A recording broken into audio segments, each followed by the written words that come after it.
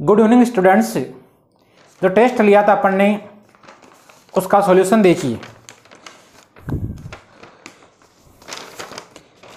First question था मुक्त मूलक योगात्मक बहुलीकरण क्रिया में समापन के लिए काम में आने वाले दो इनहिबिटर्स निरोधक के आपको नाम बताने थे।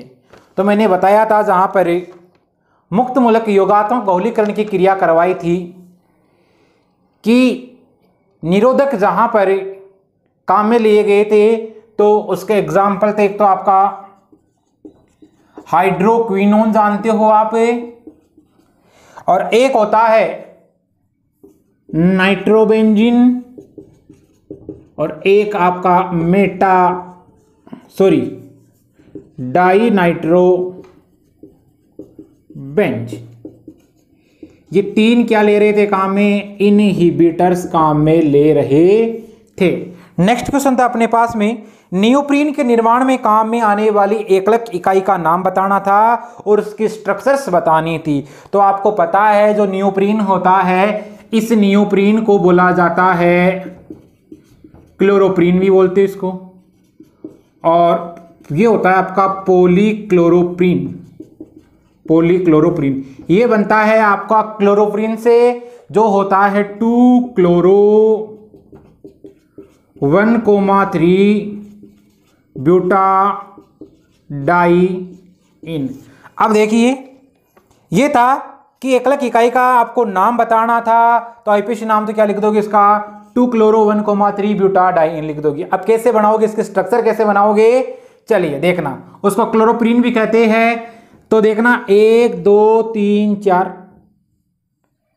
4 कार्बन हो गए। चलिए 2 नंबर पे क्या लगाया? Cl लगाया, क्लोरो हो गया। 1 पे और 3 पे क्या है? 1 2 3 डबल बॉन्ड है। चलिए यहां पर हाइड्रोजन लगाना नहीं है, बाकी जगह आपको वैलेंसी किसके द्वारा पूर्ण करनी है? हाइड्रोजन के द्वारा पूर्ण करनी है। अब यहां क्या आ जाएगा? ये बन गया आपका। तो ये हो गया इसका नाम, आईपीएसी नाम, और इसका नाम क्या होगा? आप लिख दोगे क्लोरोप्रीन, और ये होगी इसकी संरचना। तीसरा क्वेश्चन था एबीएस रबड़ निर्माण के आपको घटक बताने थे। एबीएस रबड़ निर्माण, एबीएस रबड़ जानते हो? चलिए जहां पर मैंने आपको करवाया था संश्लेषित रबड़, सिंथेटिक रबड़ है, वहां पर एबीएस के बारे में बताया था। एबीएस इसका तो मतलब होता है एक्राइलोनाइट्राइल ब्यूटाडाइन और स्टाइरिन। एक्राइलोनाइट्राइल ब्यूटाडाइन, और वो कौन सा होगा? 1,3, और आपका स्टाइरिन इसके द्वारा बनता है। अब क्या होता है एक्राइलोनाइट्राइल जानते हो आप? ये होगा CH2 double bond CN। Butadiene जानते ही हो, CH2 double bond CH double bond CH2।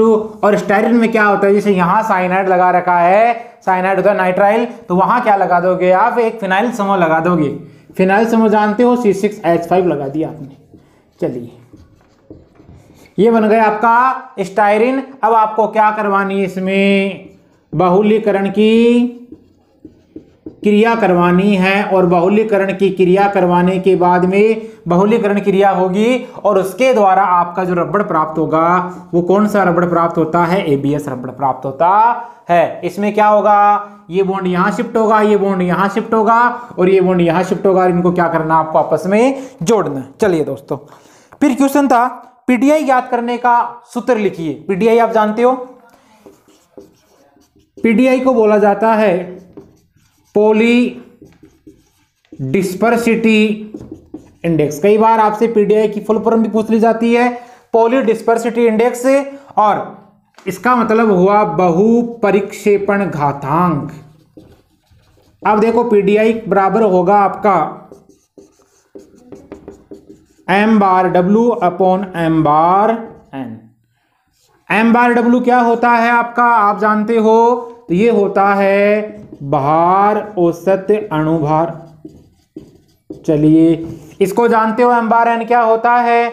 m/n आपका होता है संख्या औसत अणुभार। चलिए क्वेश्चन था अगला, ऋणायनी बहुलीकरण की क्रिया किसके द्वारा उत्प्रेरित होती है? यानी ऋणायनी बहुलीकरण, जहां मैंने बताया था आपको कि जो आयनिक जो बहुलीकरण होता है योगात्मक, एक होता है आपका धनायनी बहुलीकरण, एक होता है आपका ऋणायनी बहुलीकरण। उसमें आप काम में ले सकते हो स्ट्रॉन्ग बेस मेटल्स ले सकते हो, क्षार धातु। ये तो मैंने बोला था क्षार धातु कौन सी, इसके अलावा क्षार धातु के साथ में आप प्रबल क्षार जैसे RNA, इसको बोला जाता है एल्किल सोडियम, ले सकते हो काम में। चलिए ये ले लिया आपने। इसके अलावा आप जानते हो RMgx ग्रीन विकर्ण लिख सकते हो। इसके अलावा आपकी जितने भी धातु है, समझ गए, वो धातु के भी आप क्या ले सकते हो, क्षार काम में ले सकते हो। चलिए एल्किल और एराइल। फिर देखना अगला क्वेश्चन, विनाइल क्लोराइड में बहुलीकरण की क्रिया किस क्रिया विधि द्वारा संपन्न होती है? विनाइल क्लोराइड आपका ये होता है CH2 डबल बॉन्ड CHCl।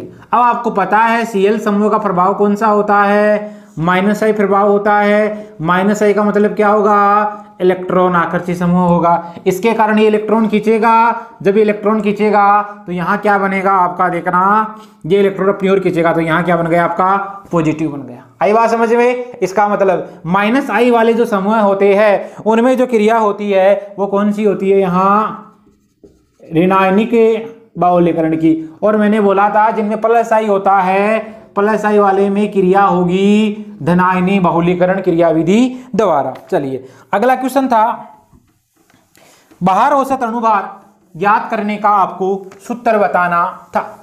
चलिए देखना, भार औसत अणुभार कैसे ज्ञात करते हैं उसका आपको फॉर्मूला बताना था। तो देखो ये होता है m/W समेशन ऑफ, ये समेशन जानते योग होता है NI MI का square of summation NI MI। समझ गए? ये जानते हो ना NI MI क्या होते हैं। चलिए इनका क्या होता है, आपस में गुणा होता है और ये होता है आपका N1 से N2 M1 N2 M1, फिर N2 N2 M2 N2 M2। आगे देखना, और यदि आपसे पूछ ले इसमें, ये तो हो गया आपका भार औसत अणुभार, और इसी में आपसे पूछा जाए संख्या औसत अणुभार तो वहां से क्या होगा, ये स्क्वायर हट जाएगा और ये हट जाएगा। चलिए अगला क्वेश्चन, पॉली आइसोब्यूटाइलिन बहुलक की संरचना बनानी है। एकलक नहीं पूछा है, बहुलक पूछा है। तो पॉली आइसोब्यूटाइलिन क्या होता है जानते हो, जो आइसोब्यूटीन होती है आपकी आइसोब्यूटीन, ये जो आइसोब्यूटीन होती है ये आपका एक प्रकार का क्या होता है, पॉली आइसोब्यूटाइलिन होता है। अब वो कैसे होता है, देखो क्वेश्चन यही पूछा हुआ है, इस बहुलक की आपको क्या बतानी है, संरचना बतानी है। तो क्या लिखोगे, यहां होगा CH3 और यहां एक डबल बॉन्ड क्या होगा और क्या हो जाएगा आपका CH2। ये तो हो गया इसका एकलक। अब इससे क्या बनाओगे आप, एकलक, और इस एकलक को क्या बोला जाता है, आइसोब्यूटाइलिन या आइसोब्यूटीन। चलिए इसमें पॉलीमराइजेशन की क्रिया होगी, ये बॉन्ड यहां से इसे ब्रेक होगा, वैलेंसी फ्री होगी और क्या बनेगा CH3C CH2, यहाँ आपका CH3 और ऐसे ये बन जाएगा आपका बहुलक। ये बन गया आपका, इसको बोला जाता है PIB पॉली आइसोब्यूटाइलिन। चलिए अगला क्वेश्चन था, डेक्रोन का निर्माण कौन सी बहुलीकरण क्रिया विधि द्वारा होता है। तो आप जानते हो डेक्रोन को जो निर्माण होता है उसमें संगनन बहुलीकरण की क्रिया होती है, और संगनन बहुलीकरण की क्रिया में क्या होगा, ऐसे एकलक अणु काम में आते हैं या दो से दो ज्यादा एकलक अणु आप काम में ले सकते हो, जिनमें क्या होगा आपका द्विक्रियात्मक समूह होगा या होगा आपका त्रिक्रियात्मक समूह है, और उनकी क्रिया होने के कारण वहां से जल का अणु बाहर निकल सकता है, अमोनिया का निकल सकता है। समझ गए? इसके अलावा ये तो एल्कोहल अमोनिया जल का अणु बाहर निकलेगा, जिसके कारण क्या होगा, इनमें पदवर्धी बहुलीकरण की क्रिया होती जाएगी। यानी पद आपका आप जितना बढ़ाओगे उतना बढ़ाया जा सकता है। चलिए दोस्तों, तो इसमें कौन सी क्रिया होगी, संगनन बहुलीकरण की क्रिया होती है किसमें, डेक्रोन में। इसी प्रकार आप बना सकते हैं नाइलॉन 66,